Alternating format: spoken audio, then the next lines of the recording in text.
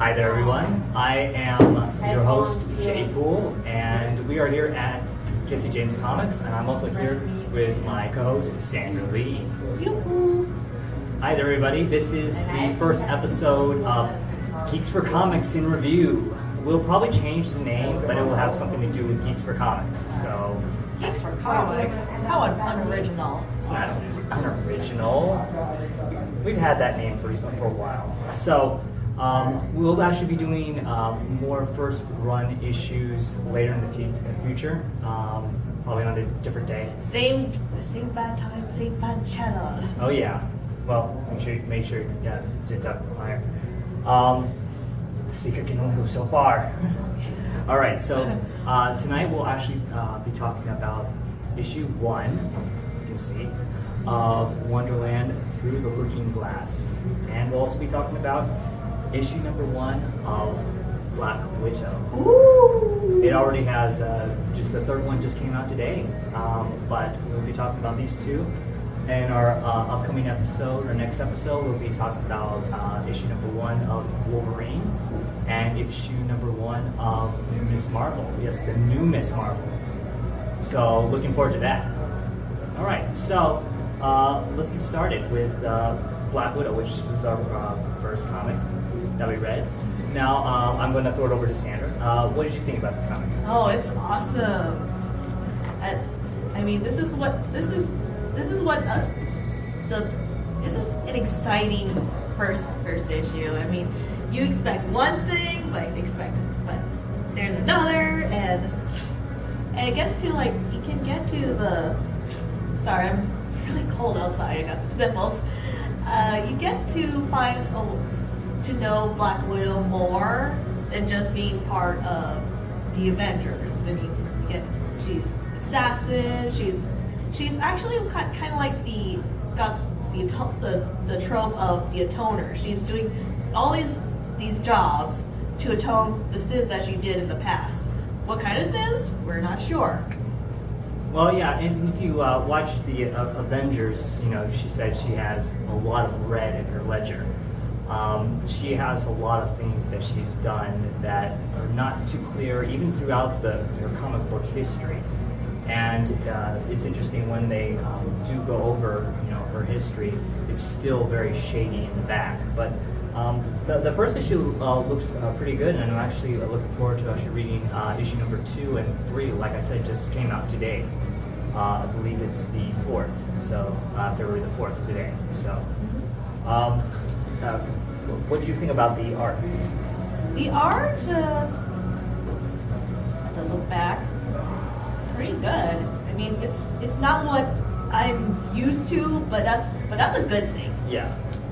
I mean, it's not the cleanest art. When I mean clean art, I mean clean lines and everything that you can. But it is interesting stylized art that they use in here.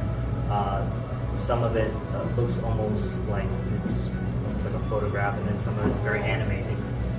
But no, as far as I can tell, it looks pretty good in my case. All right, what do you think about the writing? Let's see. The art is the story is done by Nathan Edmondson, and the art is by Phil Noto. Pretty fun card.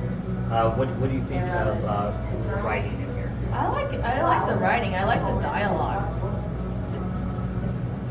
Because you're dealing with Black Widow and some other characters I don't know, but the focus is on Black Widow. That should be the only focus, and I'm glad that she has her own little comic book, and that means that she has her own story arc. Because sometimes with strong women in comics is that they're usually the supporting character for the man, for any man. And this one I approve. Nice. Yeah, I really like the story. How there's a lot of comics out there where there's narration, and how this starts off with is she's pretty much saying that she has she has a dark past that nobody really knows who she is, and she's not going to tell anybody. maybe one day they'll come out with a storyline which will really detail her past, and then we'll really see why she feels that she needs to atone for her sins. But I like how they put the dialogue in here, and how they stretched out the character. I like the end where we see it. She has a black cat. Yeah. That's a bad cat. I thought it was a sweet scene. Yeah, it kind of reminds me of the dog. I don't know if the cat will be a major player like in Hawkeye with the dog.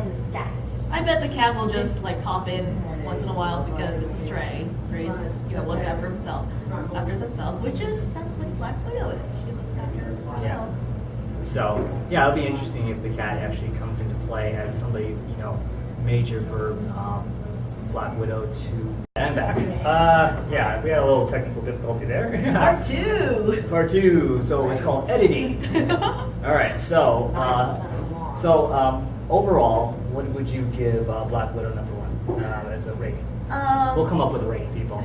All right. You can email us or Twitter us or something. Give us a rating to call. As a teacher, I give it an A-. It's good. It's very exciting. But I'm gonna put points off so it has room to grow. If I was to do stars, I guess that'd be like 3.5 out of 5.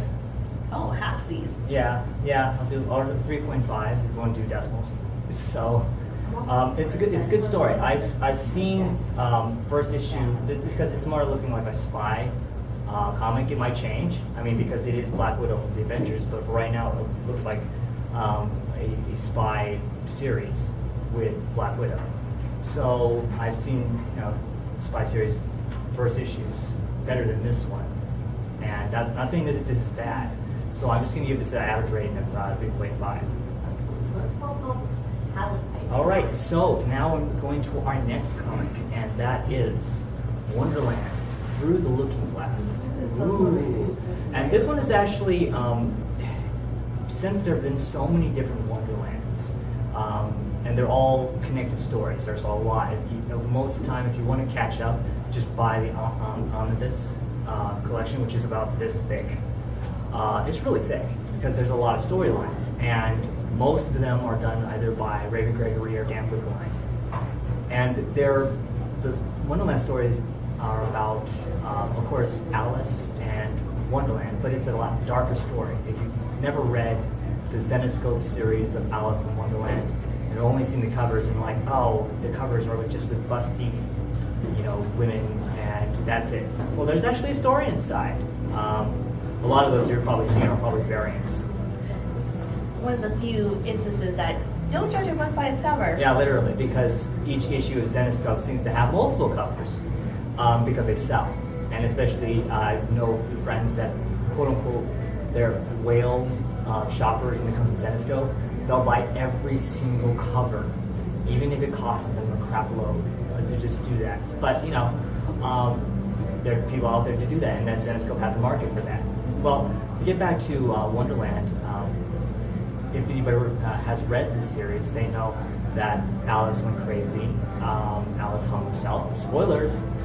And Kaylee has been forever haunted by her brother. Now, this is I think this looks more like a prequel to some of the series with Johnny, Kaylee's brother, and Kaylee Callie. Well, either way. Anyway, if you remember him, he was the crazy brother that later on became the Mad Hatter. And Kaylee had to fight her brother. And this looks like a story of him inside, trying to survive inside Wonderland, especially after he was pulled through. And well, it looks good so far. The art style. Let's see, who's the art style by? Yes, we do pencils. Alessandro Miracolo. I've never. Sounds like a big name. No, I've never met the person. I'm used to different art styles. DeMalfo, Balsalua, Ruffino, even Dan Leister.